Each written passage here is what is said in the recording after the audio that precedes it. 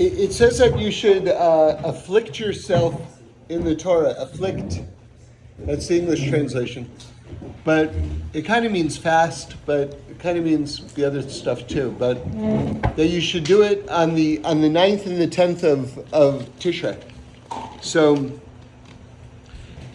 it seems like the pasuk is saying that you should fast for 2 days. That you should fast on the 9th and you should fast on the 10th. Because we know that we're supposed to fast on the 10th, and if it's saying that you basically should do the same thing on the 9th, that seems to be the clear implication of the pasuk. And yet, the Gemara in Brachos says that what it means is that really you should eat on the 9th, and when you eat on the 9th, it's counted as though you fasted on the 9th and on the 10th. So by eating starting now, I guess, because we're in the 9th day of Tishrei, by eating now, it counts as though we're fasting now. So, in other words, everything is upside down. When else during the entire year, when you eat, does it count like you're fasting? Well, actually, I was asking that rhetorically, but maybe someone, I've already thought of another answer. Well, no, I'm thinking about something else. A pidyon aben counts as 84 fasts. But I don't know if they say by eating by pidyon aben. I think maybe just by attending a pidyon aben. So maybe that's not even the answer either. Wow. 84 fasts? Yeah. But anyway, so we've got this crazy dynamic going on today where by eating today, it counts as though you're fasting for 2 days. So how is it that all of the kind of like the laws of nature are completely blown apart for today on the 9th of Tishrei? And I think what it is this is just my explanation, but what I think it is that the 10th of Tishrei is so, also known as Yom Kippur, that the 10th of Tishrei is so completely beyond this world, it's blowing out the border before it. Or they're completely breaking through the boundaries of the 9th of Tishrei also. And it's turning it, the energy of Yom Kippur is blasting through to the 9th, and it's turning the 9th absolutely upside down, so that even eating is counted as fasting. So today is like a really, really special day. I'll tell you something crazy that happened, I guess, 2 days ago. The rabbi that I learned with, Rabbi Smiles, told me this 3 days ago. He was really excited. And he said, there's a minhag. Tomorrow, meaning yesterday, tomorrow there's this minhag where according to the Hasidic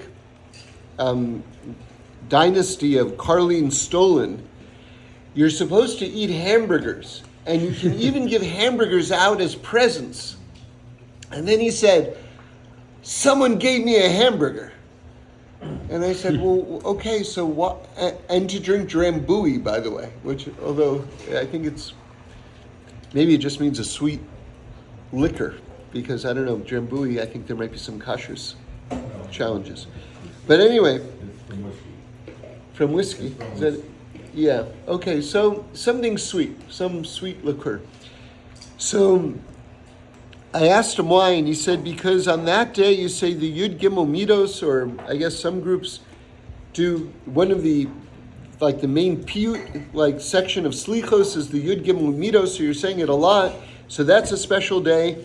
And so you're sort of engulfed in the Rachamim of Hashem, and a hamburger is surrounded by 2 buns. This is a real minhag, folks. I'm not making this up. A hamburger is surrounded by 2 buns, and so that's like you're engulfed in the chesed of Hashem, the mercy of Hashem. And so he was really excited about that. Anyway, I went out last night, and I had this kind of sort of this like little mini event, and the person there was kind of like serving us some food and different types of things, and then he brought out hamburgers. And he's this dark-skinned guy, and he said that his heritage is from Poland and from Turkey, right? But he looks more Turkey than Poland. And then he says that his grandfather is from Karlin Stolen.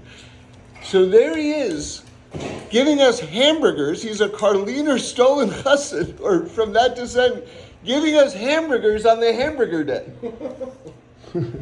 Like, how does that happen? Did he know about the minhag? Absolutely not. No one knows about this minhag. Has anyone here heard about the minhag of handing out hamburgers? No. So it wasn't just that I stumbled into a hamburger receiving opportunity. It was from someone who's descended from Karlin Stolen Hasidim. Wow. It's crazy, right? Wow.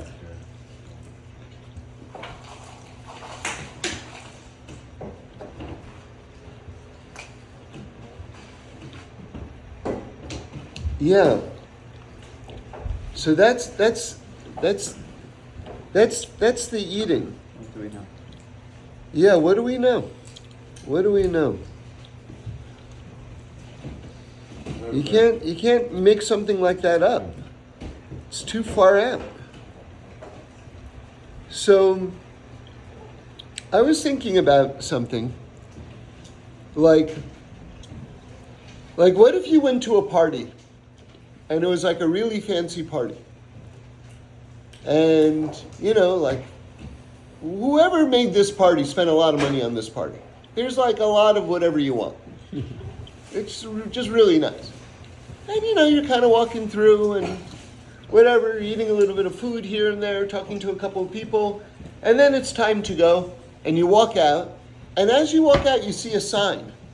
And it's a sign advertising the party, and your face is on the sign, and you find out that you were actually the guest of honor, and you didn't even know it. And it's like you're gone, the party's over, like you left. And you're like, I definitely did not do that party correctly. I was the guest of honor, and I was just kind of wandering around, eating a couple of things, like, had a couple of short conversations, and then I left. Like, I absolutely did not make good use of that opportunity. So I was thinking that that's how a lot of people are going through Yom Kippur. Like, you are the guest of honor. Every single one of us is the guest of honor on Yom Kippur. Like, this can absolutely be the greatest day of your life. This Yom Kippur, tomorrow, can actually be the greatest day of your life. But in order to realize that, you have to understand that you are the guest of honor. Each one of us is. Reb Shlomo, one time, he was talking about Yom Kippur, and he compared it to the following thing. I'm continuing with the same idea, different example. He said, imagine you walk into a store and you've got like this broken piece of furniture. And you say to the store owner, this thing is so broken, I don't know what I'm going to do with it. It's like totally broken. The store owner probably is going to say back to you, you know something, you're right, why don't you just chuck it? Throw it out. It's not worth it. But if you walk in with that same broken piece and you say to the store owner, this is the most important thing in the world to me. I love this thing. I don't know how it got so broken, but I love this thing. Is there a way to fix it? That same store owner is going to go, you know something, let's find a way. We're going to figure it out. We're going to find a way to fix it. So that's us in our own soul, basically. Right? If you walk into Yom Kippur, if we walk into Yom Kippur,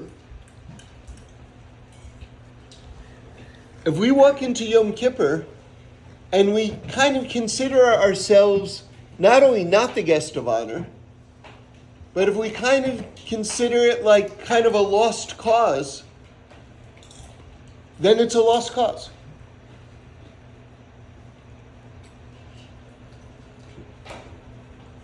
If we come into it saying, God, I want to get this right, I have to get this right, God's going to go, okay, we're going to get this right. We're going to do it. We're going to do it. We're going to figure it out.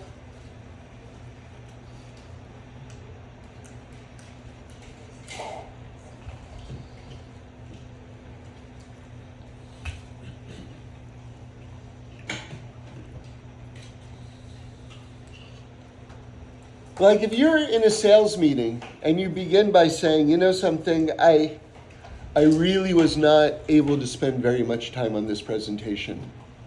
And if you don't like it, you have every reason not to like it, because honestly, I don't even know if I like it either. Can I tell you, this meeting is already over. You haven't even gotten to the idea yet. Every single person at that conference table has already checked out. Right? If you walk in excited, I am so happy to be here. I can't wait to be here. I got something. Oh, I can't wait till you hear it. This is really, I'm telling you, whatever you thought about the world a moment ago, when you hear this, you're gonna think again. You know what? People are gonna go from sitting like this to sitting like this. They're gonna be leaning in.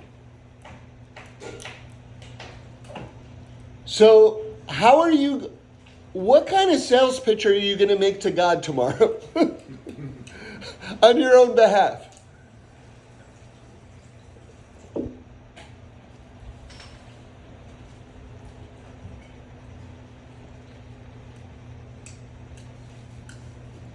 And can I tell you something? God's got a vested interest.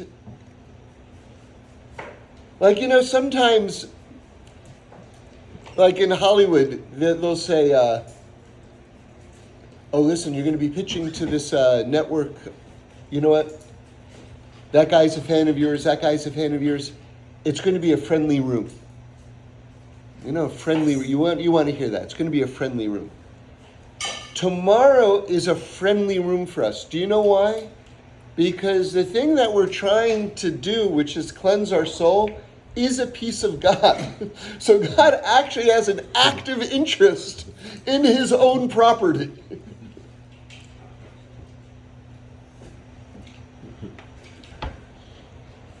Like, can you imagine, like, you're renting this room. And you go up to someone and you say, listen, I just want you to know, I'm going to take the best care of this room in the entire world. And, just renew my lease. And it's going to look better even than when you gave it to me to begin with. And the person says, that room belongs to me, right? That's my room, right? Of course they're going to be on your side. Like, you don't have to convince God. God is already on your side, because what you're advocating for is actually God's property. You don't have to convince the owner of the property to fix up the property. Right?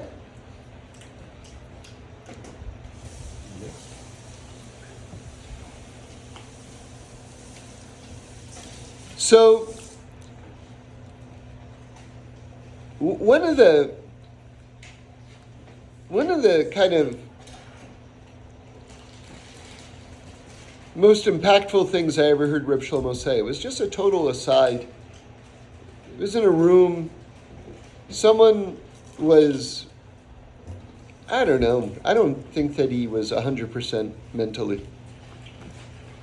And he started talking he was interrupting, whatever it was. It wasn't great. But basically what he was talking about was tshuva. And he was saying, I don't know, it just sounded very heavy and horrible, the way he was describing tshuva, this person. And Reb Shlomo said, okay, so look, so you do tshuva 2 minutes a day. So 2 minutes a day you'll do tshuva. And to me, I was like, wait a second. I thought tshuva was like you carry something heavy on your back 24/7. And that's the only way to do tshuva, just by carrying something heavy on your back all of the time. And the idea that you can actually just do tshuva, like 2 minutes a day, you're going to do tshuva. It just made me think completely differently about tshuva. So what if tomorrow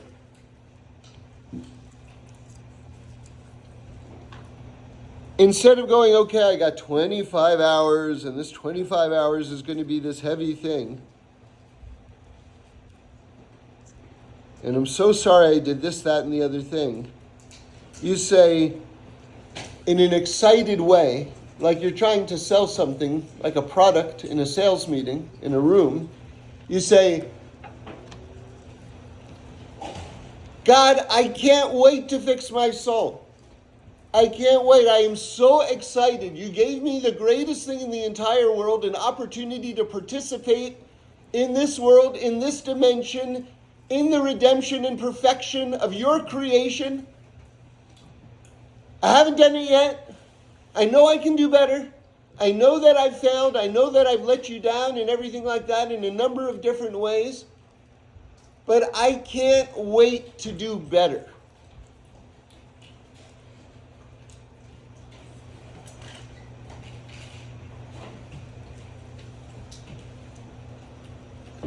I think that's a whole different Yom Kippur experience. And you know something, it's a long day. And there will be opportunities to take a different attitude and maybe to cry and to regret when that feels right and when you want to go deeper. But maybe not starting off that way. I'll tell you something absolutely unbelievable. This is one of the most incredible things I think I've ever learned in my life, actually. Somehow I got it into my head. I don't know how, but like a couple of days ago, I was just the name Reb Pinchas of Koretz was coming to me, you know? And I said, you know what, Rabbi Smiles, we've got to learn Reb Pinchas of Koretz on Yom Kippur. So we did some. And you're an Anical, yeah? We went there. I am. Yeah. You're also, Yep. you are. Yep. My great grandfather's from Koretz. His whole family was wiped out. Okay, so the Baal Shem Tov said, he was a direct student of the Baal Shem Tov. And the Baal Shem Tov said that a neshama, like Reb Pinchas of Koretz, comes once every 500 years. That, from the Baal Shem Tov. He said that. And he said the following. He said that it's really good to cry. I've just been talking about going the opposite way. But there's a place for tears on Yom Kippur, there's no question. And according to Reb Pinchas of Koretz, do you know when, like, maybe the best time for tears is? I don't know, maybe the whole day is, by the way. But right at the beginning of Kol NIDREI. But now listen to this explanation, because this is the way out part. You see, you have to understand something. We become like angels.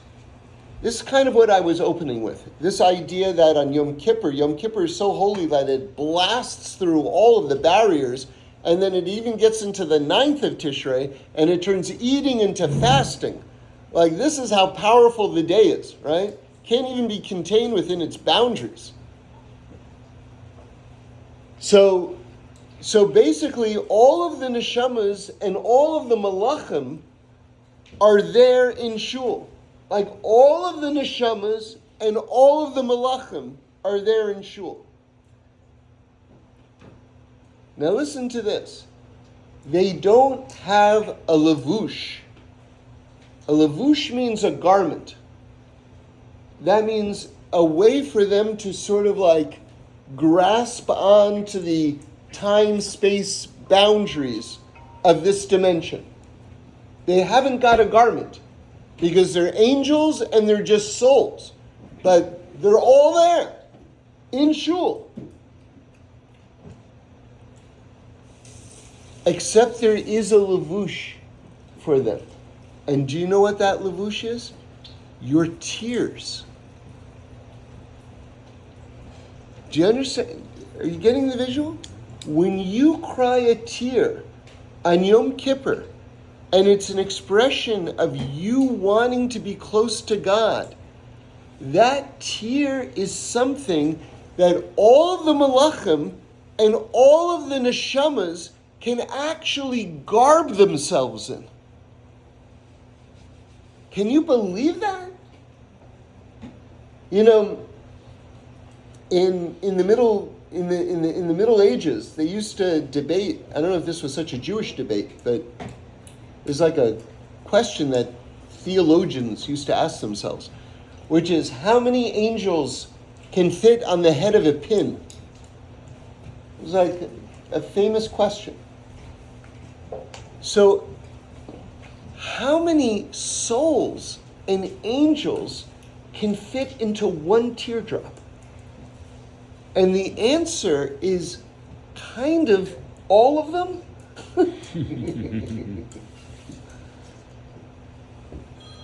Like, what is a tear worth on Yom Kippur? Can you imagine if like if you were like a sorcerer and you had like a little vial that you collected teardrops on Yom Kippur from people and you like sealed them in this little bottle and then you sold it for like billions of dollars? Like, what would be inside that little vial, you know?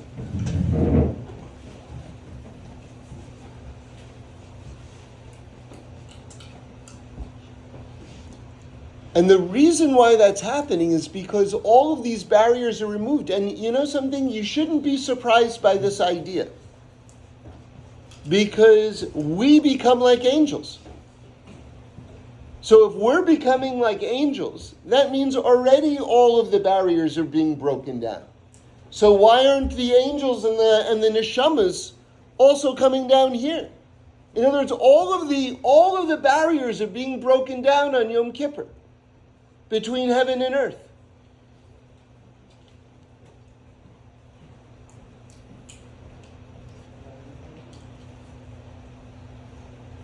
You know, it's kind of a crazy thing, but do you know what angels eat? Angels eat light. And you know, on Yom Kippur, you're like an angel. And like there's just the highest light of the entire year is shining down. In fact, listen to this. This is also from Reb Pinchas of Koretz. HaKippurim, Yom HaKippurim, which is the name of it, and it's spelled without a vav. HaKippurim is spelled without a vav in the Torah, okay? HaKippurim, like he says, the whole year, the strength of the whole year is in Yom HaKippurim. HaKippurim, says Reb Pinchas of Koretz, is Gematria Shana. In other words, the whole year is right in this day. Starting in a few hours, the entire year is contained in that day. I'll tell you something from the Bnei Yissaschar. You know, a lot of us are fixated on this for good reason. For a lot of us, it's life and death. That your parnosa is determined on Rosh Hashanah. So the Bnei Yissaschar says, you know, it's really from Yom Kippur to Yom Kippur. Because Yom Kippur is when it's sealed.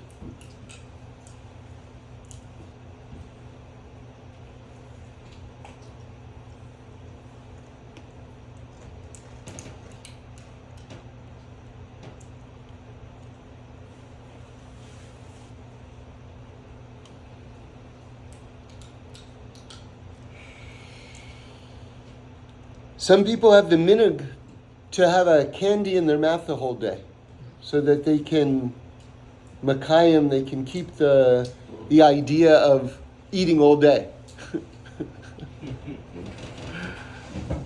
if you do it, try to find something sugar-free.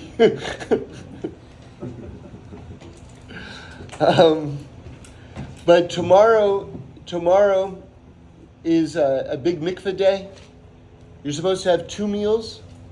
The second meal, you're supposed to set the table like Shabbos, right? Don't forget to do kaporas. If you do it with a chicken, or a lot of people do it with money. So make sure that's all there. It's good if you're doing it with money to write a check to Tomchei Shabbos. It's a good charity for that. And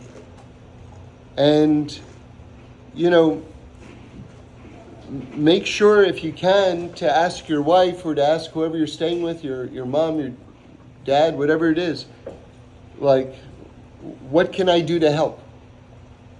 Because it's a big, overwhelming day. So make sure that you're in service tomorrow, to your family, whoever that is, because it's not fair not to be. It's too much for one person just to normally do it. It's more than just a Shabbos. There's a lot to do, a lot to take care of. So make sure that you're helping, that you're going out of your way to help. And then also to apologize to people.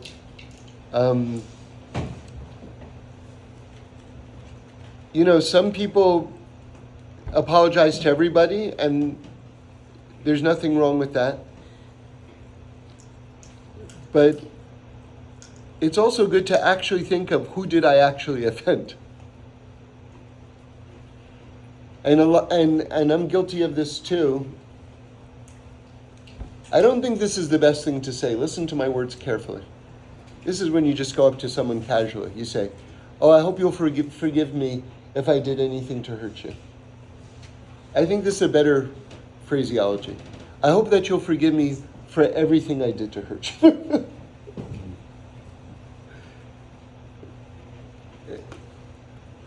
I knew this person one time, and she said, "My mom was the worst host in the world. She would walk into a room full of people in my house, and she would say, 'Nobody wants tea, right?'"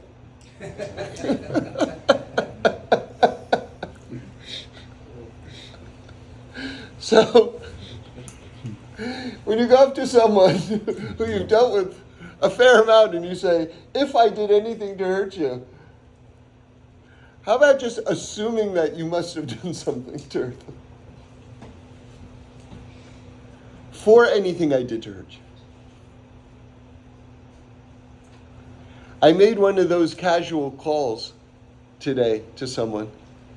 I said, "I hope you'll forgive me for it," and I was very dismissive as I was saying it, because I didn't think I did anything to hurt them. And then I got another call that I had to take, so I jumped off the call. And they called me back like 6 hours later and told me something very meaningful that I had done to hurt them. And I apologize.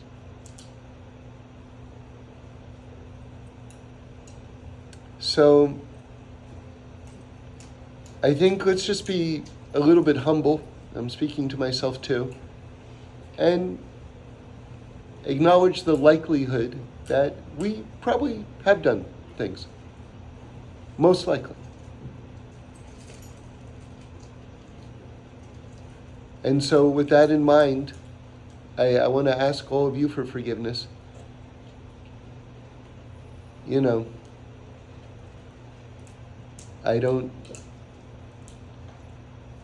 I try to say things that are meaningful, but maybe sometimes I'm flip or casual about things that are not flip or casual, and I address an open nerve in a in a way that's not really appropriate.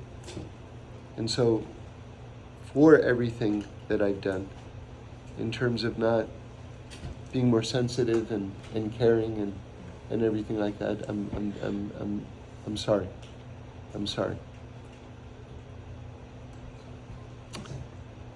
Okay. For any of you who are just kind of wandering out around the neighborhood, one of the interesting things about Yom Kippur is you can, even if you're going one place, you can go to another place Friday night, or for Kol Nidrei is what I mean, because that's kind of its own separate thing. Or you can go to another place for Nihila. You can kind of plug and play on the beginning and the end. So I'm inviting everyone who isn't coming to the Happy Minyan, but who has like their kind of set place. Maybe you're feeling it, Kol Nidrei, to come to the Happy Minyan, or for Ne'ilah, just swing by. It's usually very strong. I speak there for both, but the real main speech is for Kol Nidrei that I give, if that's meaningful at all. And